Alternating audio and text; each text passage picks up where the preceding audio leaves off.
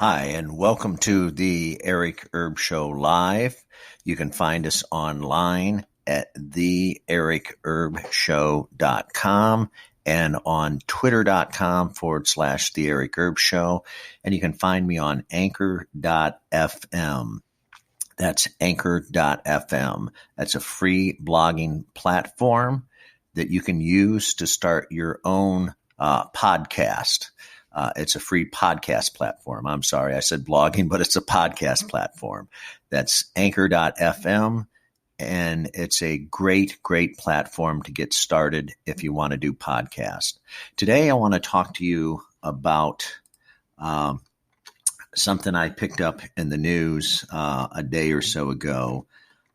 It's about Trump's impeachment has not changed public opinion since 2020 race. I was reading the article a while back ago, and it's very, very interesting. Even with all the shenanigans with the impeachment now in the United States Senate trial, let's just take a step back and look a little bit at what has changed the political landscape for the last, 4 or 5 months or so since Nancy Pelosi had launched the inquiry against President Trump. Here it is by the numbers. Trump's national approval numbers for public support for removal and Joe Biden's place in the Democratic Party frontrunner have held steady. Meanwhile, the GOP and the Trump campaign are raising money off the impeachment. So basically, that is a money-making opportunity for this farce of a sham impeachment that's going on against President Trump. And we all know what the outcome is going to be. Nothing's going to change. He's going to be acquitted, and life is going to move on. He will win the 2020 election. Let's face it, folks, there are no Democratic candidates out there in the field right now. Even if so-called Hillary Clinton would get into the race, there's nobody out there. There's nobody that can beat Donald Trump. I mean, let's face it. He's to the Republican Party like Bernie Sanders is to the Democratic Party. Trump can make money. Trump can raise money. He can raise millions and millions and millions of dollars, just like Bernie Sanders can. However, the difference is Bernie Sanders on the Democratic side, the American people just don't want socialism. I know that there's a bunch of millions and millions and millions of people out there, and there's if you split, let's say if we're a population of about 370 million people in the United States, and even if you split that in half and then split that again, one side's Democrat, the other side's Republican, even all the Democratic voters and even some of them that are center left don't want socialism. It's on the far left, the AOCs, Ilhan Omar, all of those people, the crazy wackos that want socialism. It's not anybody that's realistic. I mean, anybody that's been living in this country for any length of time will tell you, anybody with half a brain and common sense will tell you that socialism does not work. You can look at Venezuela. I mean, I can go all over the world and we can skip around, and just Venezuela, just for starters. Look how that program's working out there. Well, the answer is it's not working out because socialism does not work. And people that thinks that it will work are in denial, and they're crazy. They're out of contact with reality. And that's the fact of the matter. And most of the Democratic people that are running the Democratic organization and that are in Congress, especially in the House of Representatives, those people are they're in denial, they're narcissistic, they have no clue what the hell is going on with the outside world. And that's been the biggest complaint I think that I do hear quite often is the people sometimes on both sides, the left and the right, they're so out of touch with reality, the common man and the common working woman, that they don't understand things. They're not in contact with reality. In other words, they won't get out of their Washington establishment bubble to actually see what the fuck is going on in the world, what the fuck people are doing. They're busting their ass on a day-to-day basis, and they just don't understand that, because all they're doing is used to sitting on their ass, putting on a show like what's going on now with the Trump impeachment trial. And while they have that going on, to the American people, they want to give the perception they're working their ass off. Oh, boo-hoo, we're working 13, 14 hours a day. Yeah, you take breaks every 5 minutes. You go to the vending machine, candy machine. You have your dinners catered in. I mean, come on, it's not that hard. This is the first time probably since the Clinton impeachment that these bastards up there on Capitol Hill have actually done something to get off their ass to work, to earn their keep, to earn their money.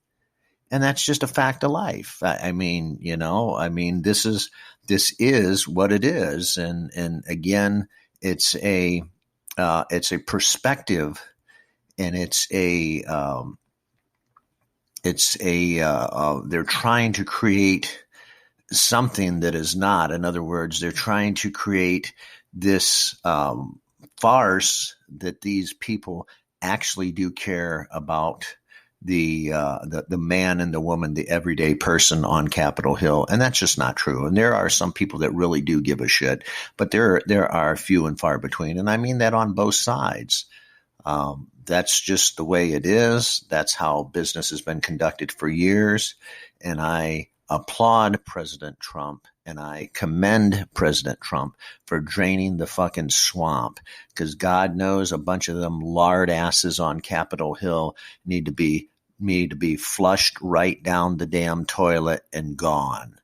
And they're in poor districts, where they constantly lie to them. You know, it's just like when it's time in the House. Every couple years, they go up and they have to run again and again and again, where the Senate goes for 6 years and then they get reelected in the Senate.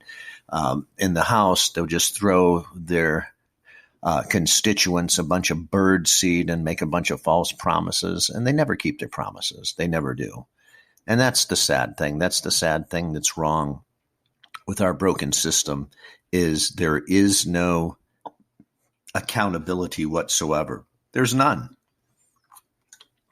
And on that note, there are people just working and literally just raping the American people up there on Capitol Hill, raping, and they just don't give a shit about us. And it's sad. It's really, really sad. So I'm going to go back to the news there. I'm sorry I got off on a tangent.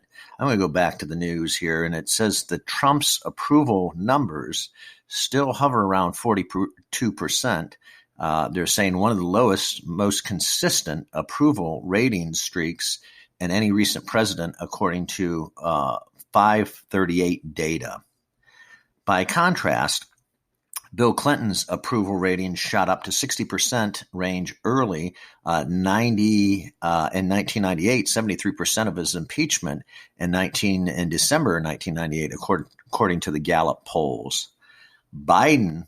Joe Biden remains the 2020 Democrat to beat here in the national polls, despite early concerns Trump's unsubstantiated allegations involving Joe Biden's son, Ukraine, would prove damaging. So we'll just see where that goes. They keep talking about Hunter Biden, and it's like, okay, the man obviously has some issues. The man, when you look at him, and they've done, ABC News did a interview with him, a one-on-one interview. I forget exactly who was interviewing him, but I watched that here a few months back. And you could tell his nose is red, his eyes are red. Somebody say you're jumping into speculation. I've been around people, and I've worked with people and worked in and out of the healthcare industry for quite a few years, and I've seen people that have addictions, and I've seen people that have been on drugs. And if Hunter Biden doesn't look like a fucking druggie, I don't know who the hell is. Sorry, I'm sorry to say that, but that's life. He does look like a druggie. Okay, that's the fact of the matter. And he does do drugs, by the way. He just covers it up really well because he's Joe Biden's son. So let me know what you think of this podcast. Give me a thumbs up. Trump's impeachment, his opinion polls haven't changed very much for the 2020 race. President Trump will be victorious. He will be the candidate to beat. He will be victorious in November of 2020, and he will win re-election. And that's just a fact. You know, I mean, it is what it is. And you snowflakes out there, you just have to suck it up. We had to endure 8 years of Obama's bullshit. Sorry, 8 fucking years of his bullshit.